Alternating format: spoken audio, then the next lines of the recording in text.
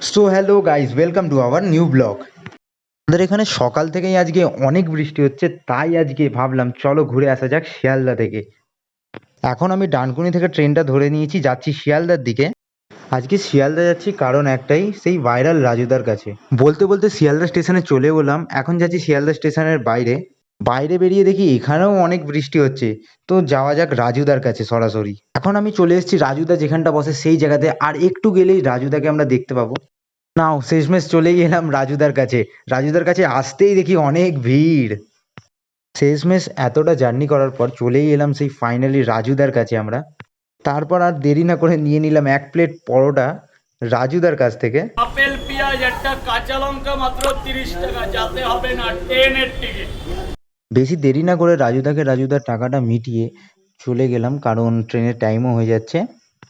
Finally রাজুদার কাছ থেকে বেরিয়ে গেলাম। আজকের ব্লগটা এতটাই, দেখা হচ্ছে নেক্সট ব্লগে।